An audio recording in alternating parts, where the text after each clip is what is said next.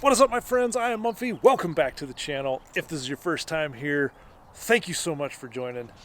In today's video, it's going to be pretty exciting. We're going to be doing an install on the bed rack with these Heretic BA-2s.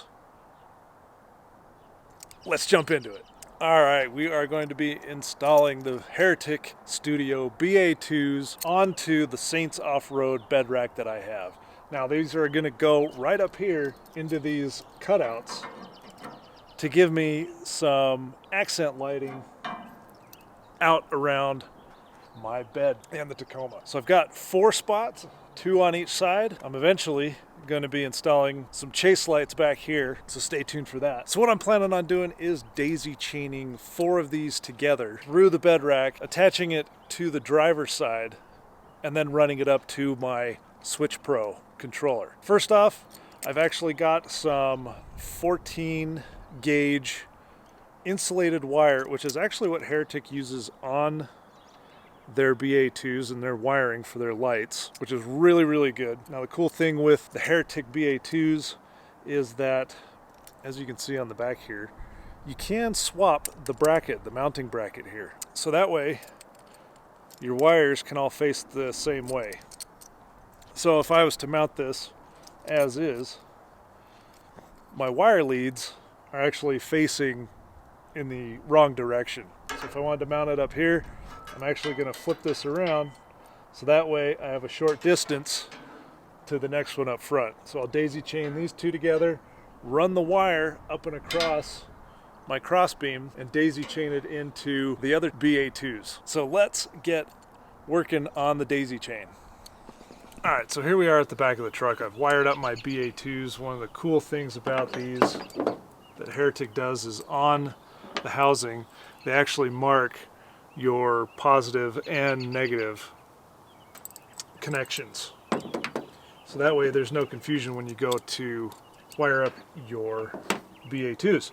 So what you're going to need is a 1/4-20 1/2-inch bolt that fits into the housing here. And you'll want to keep this top section loose and make sure that it's going to be a 7/16 nut, and that's what we're going to be mounting on top of the rack. The nut on the side of the housing is also a 7/16, so when you're ready to tighten those down, you'll just need one size in order to mount this up to the light. I'll mount it up, I'll show you exactly where. There's a mounting hole up here, and if I sit this flush in there, the bracket actually doesn't match up with the hole, and I also don't want it to shine straight up in the air. I actually want to angle this down, make sure that the screw is coming through the top, be able to hold the bracket there, put the washer on. Okay, now that I've got my light mounted up, I've got my wire hooked up, running all the way through the provided holes that are cut into my bed rack from Saints Offroad. Now I can measure out how much I'm going to need to cut back so that way this end connects into here. Then what I'm going to do is I'm going to measure from this point through the holes up underneath the crossbar here over so that I can connect into the driver's side. Then what I'll do is I'll take my connection piece that I'm going to plug in from the wire coming from the engine bay down through here. I'm going to have to re-splice this end, so I'll use a butt connector to extend the wire up through the holes to connect here. So this driver's side is going to have 3 connections all plugging into it. Alright, so as we've wrapped up all of the wiring, I've got my connections running through the frame here. You can see all connecting in, and this is the driver's side front, so I've got 3 connections all tying into this one. I have the back driver coming in, I've got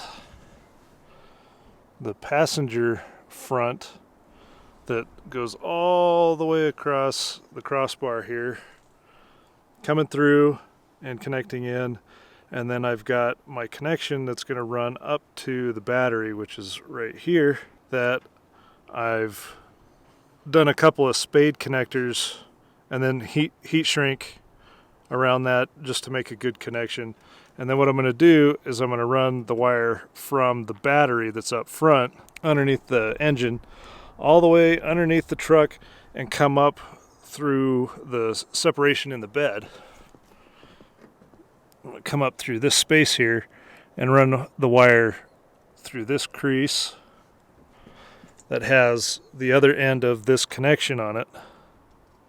And then I can connect it here, and then I've got a single point in which I can just disconnect, leave everything, all my wiring connected. If I ever need to remove the bed, then it's just the bolts. If I ever need to remove the bed, then everything can stay on as is. All right, now that I have all of the electrical hooked up for the BA2s on the bed rack, and I have my connection switch, next it's going to be running the wire from the connection all the way underneath and into the switch pros in the engine bay.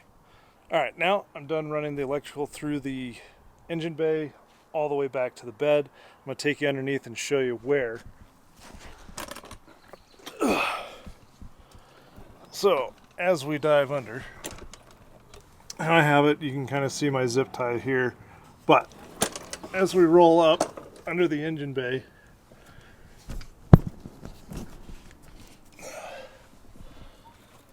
I've tied it.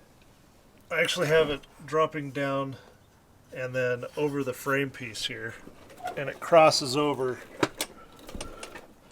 to this side, so that way we're away from all of the engine and all of the heat. So I have it crossing over the frame, running down here, and then I have it jumping back across the frame again,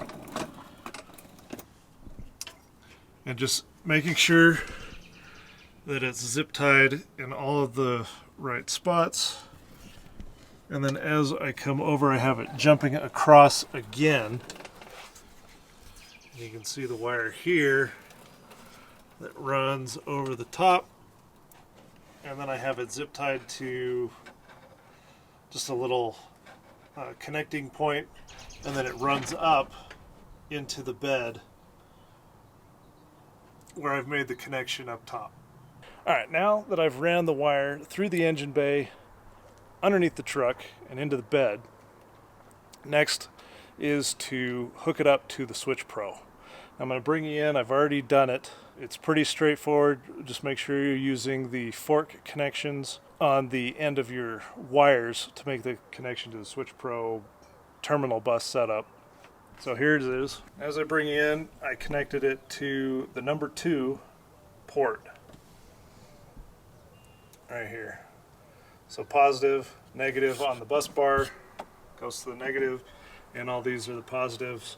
Next up is going to be connecting the plug in the back, and then we're ready to fire this up and see if it lights up. All right, now that everything is hooked up under the hood, it is time to test it out. So we'll put it in auxiliary, and we'll make sure that we're all lit up here, which we are.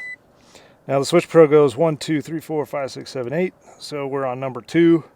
So if we did it right, we hit that, our orange light is on. Now let's check the bed. And our lights are on. We wired it up correctly. That's awesome. I'll get some night shots for you guys so you guys can see it at night. Hopefully the spread is where I want it to be.